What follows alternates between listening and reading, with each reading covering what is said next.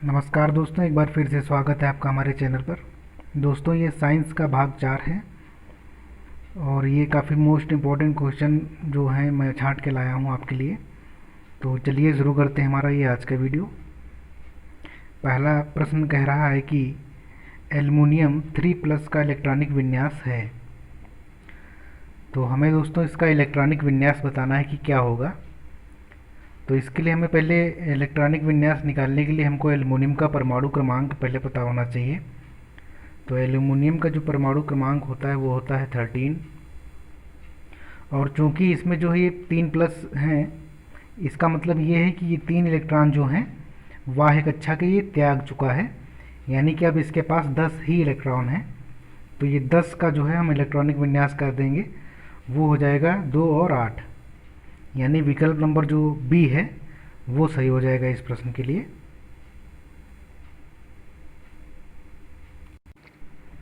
Next है हमारा कि कैरोसिन ऑयल, तारपीन का तेल व पानी के अपवर्तनांक क्रमशः जो हैं 1.44, 1.47 व 1.33 हैं। इनमें किसमें प्रकाश की चाल सर्वाधिक होगी, ये हमें बताना है। तो अगर हम बात करें प्रकाश की चाल की, तो जो चाल होती है v, वो जो है अपवर्तनांक का व्युत्क्रम होती है, यानी कि जिसका जो अपवर्तनांक है कम होगा उसमें जो प्रकाश की चाल है वो उतनी अधिक होगी। तो इसमें अगर हम बात करें, देखिए पानी में इसका अपवर्तनांक 1.33 है, इसलिए इसमें जो है प्रकाश की चाल सर्वाधिक होगी, यानी कि जो विकल्प नंबर जो सी है वो सही हो जाएगा इस प्रश्न के लिए।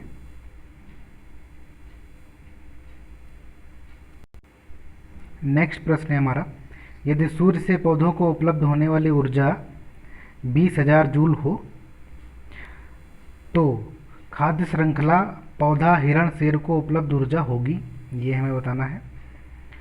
तो इस प्रश्न का जो सही विकल्प हो जाएगा वो विकल्प नंबर बी हो जाएगा, यानी कि 200 जूल।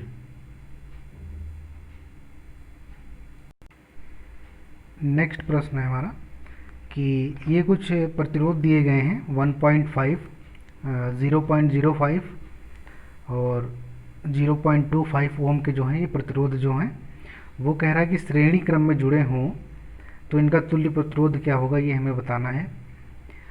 तो ये चूंकि देखिए श्रेणी क्रम में जुड़े हुए हैं, इसलिए जो आर होगा यानी तुल्य प्रतिरोध होगा, उनको हम इस प्रकार से ही जोड़ देंगे।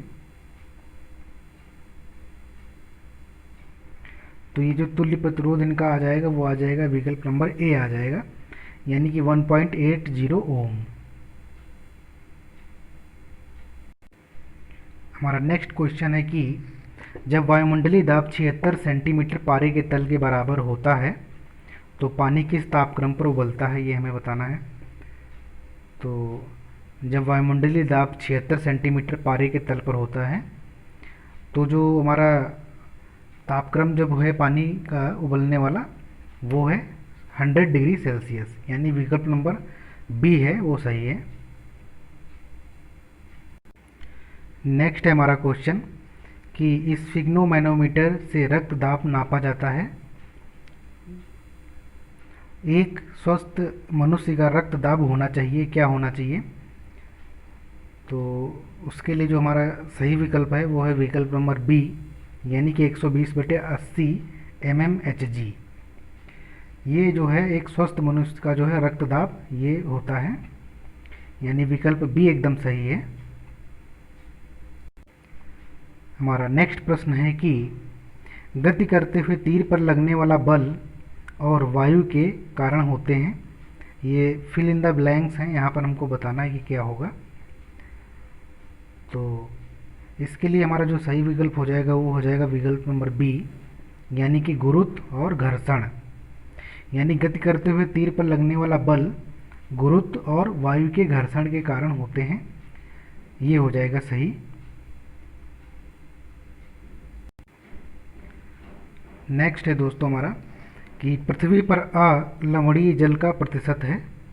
यानी अलवणीय जल से हमारा तात्पर्य है जो पीने योग्य है, यानी जो जिसको मनुष्य जो है अपने उपयोग में लाता है। तो जो उसका प्रतिशत है मतलब पृथ्वी पर वो है 3%, यानी विकल्प नंबर जो बी है वो सही है इस प्रश्न के लिए। नेक्स्ट कह रहा है कि रेटिना पर प्रतिबिंब का प्रभाव कब तक रहता है। तो हमें वो समय बताना है कि रेटिना पर जो है प्रतिबिंब का प्रभाव कब तक रहता है। तो अगर बात करें हम रेटिना पर प्रतिबिंब का प्रभाव जो है वो 1/16 सेकेंड तक रहता है, यानी विकल्प बी जो है वो सही है इस प्रश्न के लिए। नेक्स्ट कह रहा है कि हमारा पराश्रव्य ध्वनि उपकरणों कार्य करते हैं। तो जो हमारे पराश्रव्य ध्वनि उपकरण होते हैं वो जो हैं कैसे कार्य करते हैं, तो वो जो है 20,000 हर्ट्ज से अधिक पर कार्य करते हैं, यानी विकल्प सी जो है वो सही है इस प्रश्न के लिए। नेक्स्ट कह रहा है हमारा कि अगर किसी वस्तु पर विपरीत दिशाओं में लगने वाले बल बराबर हैं तो उस पर लगने वाला कुल बल क्या होगा, ये हमें बताना है। यानी कि किसी वस्तु पर अगर विपरीत दिशाओं में अगर बल लग रहे हैं वो बराबर हैं तो उस पर कुल बल कितना लगेगा ये हमें बताना है। तो उस पर लगने वाला जो कुल बल होगा वो 0 हो जाएगा, क्योंकि दो विपरीत, मान लीजिए कोई पिंड है, एक बल इधर लग रहा है एक बल इधर लग रहा है और इनके मतलब बराबर हैं, दोनों विपरीत दिशा में हैं और दोनों बराबर भी हैं, तो इस पर कुल बल लगने वाला जो हमारे इस पिंड पर होगा वो 0 हो जाएगा, यानी विकल्प ए जो है वो सही है इस प्रश्न के लिए। नेक्स्ट कह रहा है कि 200 किलोग्राम द्रव्यमान की एक गाड़ी 10 मीटर प्रति सेकंड के त्वरण से खींची जाती है, इस गाड़ी पर लगाया बल है। तो हमें बल बताना है। दोस्तों ये देखिए जो त्वरण होता है मीटर प्रति सेकंड स्क्वायर होता है, यहाँ पर मिसप्रिंट है, यानी मीटर प्रति सेकंड स्क्वायर हो जाएगा। तो जो हमारा इस पर लगने वाला बल F जो होता है वो हो जाता है F बराबर m है, जहाँ पर m जो है द्रव्यमान है और a जो है त्वरण है, यानी कि 200 × 10 जब हम कर देंगे तो ये 2000 हो जाएगा। विकल्प नंबर जो ए है वो सही हो जाएगा न्यूटन में।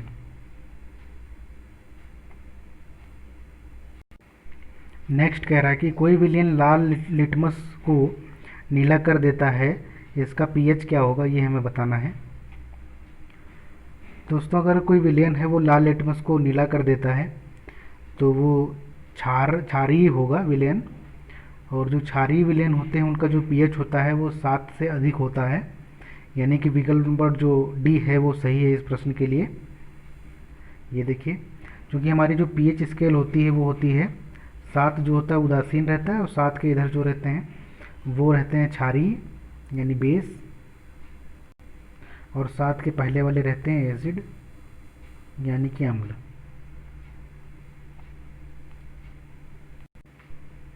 नेक्स्ट कह रहा है कि कोई सरल लोलक 40 दोलन पूरे करने में 15 सेकंड लेता है, तो लोलक का आवर्त काल क्या है ये हमें बताना है।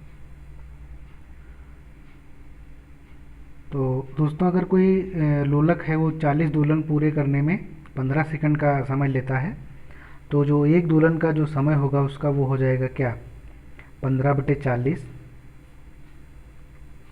यानी कि 0.37 सेकेंड, यही जो होगा इसका आवर्तकाल हो जाएगा। यानी वो एक दोलन का जो समय होता है वही उसका आवर्तकाल होता है, यानी विकल्प डी जो है वो सही है इस प्रश्न के लिए। नेक्स्ट कह रहा है कि एसिटिक अम्ल के विलयन को सिरका कहा जाता है, यानी जो एसिटिक अम्ल का जो कितने % का विलयन होना चाहिए जिसको हम सिरका कहेंगे। तो इस प्रश्न का जो सही विकल्प है वो है विकल्प नंबर बी, यानी कि 3 से 4% अगर विलयन है कोई एसिटिक अम्ल का तो उसे हम सिरका कह देंगे। नेक्स्ट है हमारा कि एक्वारेजिया में सांद्र HCl और सांद्र HNO3 का अनुपात क्या होता है। तो अगर हम बात करें एक्वारेजिया की तो उसमें जो होता है ये HCl और HNO3 का जो होता है मिश्रण होता है, तो यानी इसका जो अनुपात होता है वो 3:1 होता है, यानी विकल्प नंबर जो ए है वो सही हो जाएगा। यानी अगर कोई 3 अनुपात में HCl मिला हुआ है और 1 अनुपात में HNO3 को हम मिला दें, दोनों सांद्र हैं, तो वो जो विलयन बनता है उसको हम एक्वारेजिया कहते हैं, यानी विकल्प ए जो है वो सही है इस प्रश्न के लिए। नेक्स्ट कह रहा है कि आवोगाद्रो स्थिरांक होता है।